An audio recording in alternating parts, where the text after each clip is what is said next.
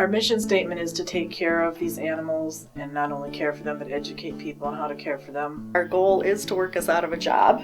Don't see that probably ever happening in our lifetime, but it's a goal we work towards. There's so many homeless animals. We would prefer you come to the shelter and adopt one of our animals. And all of our animals, they're already either neutered or spayed.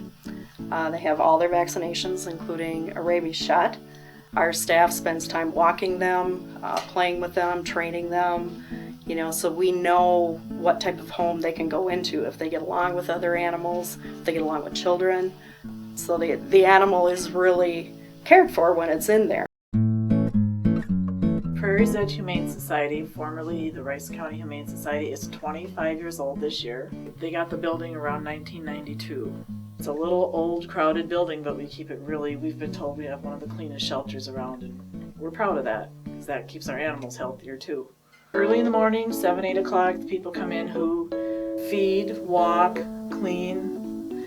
The animals are checked over to make sure, there aren't any problems or health issues. There is medical staff, there's 2 animal health people that come check the animals. We have a veterinarian that comes 1 or 2 days a week and does the surgeries, the spay and neuter.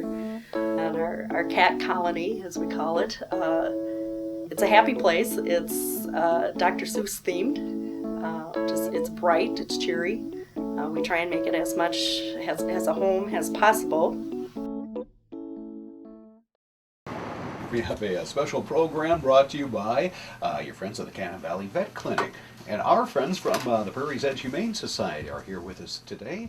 We do a radio program in Northfield on Kim Radio. We typically try and highlight about 4 to 5 animals, and we typically will pick animals that have been in the shelter for a while or animals that have a sponsor. We talk about any upcoming events that we have going on. It's on from 6:45 in the morning till 7. We're kind of early, but we find a lot of people actually listen. We constantly get comments that people have heard us on the air, so that's promising to us. We need that. We need to get our name out there. We actually had a dog that was adopted from here back in September of 2009, who's now an explosive detector dog at the Minneapolis airport. So it's really fun just to hear what's happened to these animals, once they leave the shelter, and how they've, enriched their owner's life, and how, life has been changed for that animal. We saw a shadow and we were done. We knew which dog was ours. And easy to train, and she's just doing really, really good. She's very loved, and we're getting tons of love from her too. I just returned from a year-long deployment to Afghanistan, and before I left, when I found out I was going, we told the kids, well, when I get home, we'll get a dog. So that way they were a little less sad about me leaving for a year. So she's a fulfillment of that promise. I would recommend for anybody to, why not just take a look at a shelter? There might be just the perfect dog for you there, and why not just adopt it from there? Sometimes they need to go to kitty jail because they just get really wound up, but then they love to cuddle and snuggle, Because see, they say you're more relaxed when you have a pet. Do you believe that? I do. Get a shelter cat, that's because there's a lot of them out there that need to be adopted.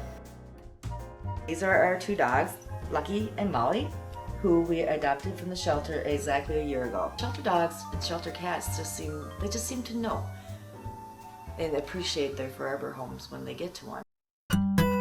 The last few years economically have been hard, but we've made it through. Other organizations like us have recently closed their doors, and ours are still open. We do lots of fundraisers throughout the year. We try and have some type of fundraiser going every month. Someday there'll be a world where there's no homeless animals.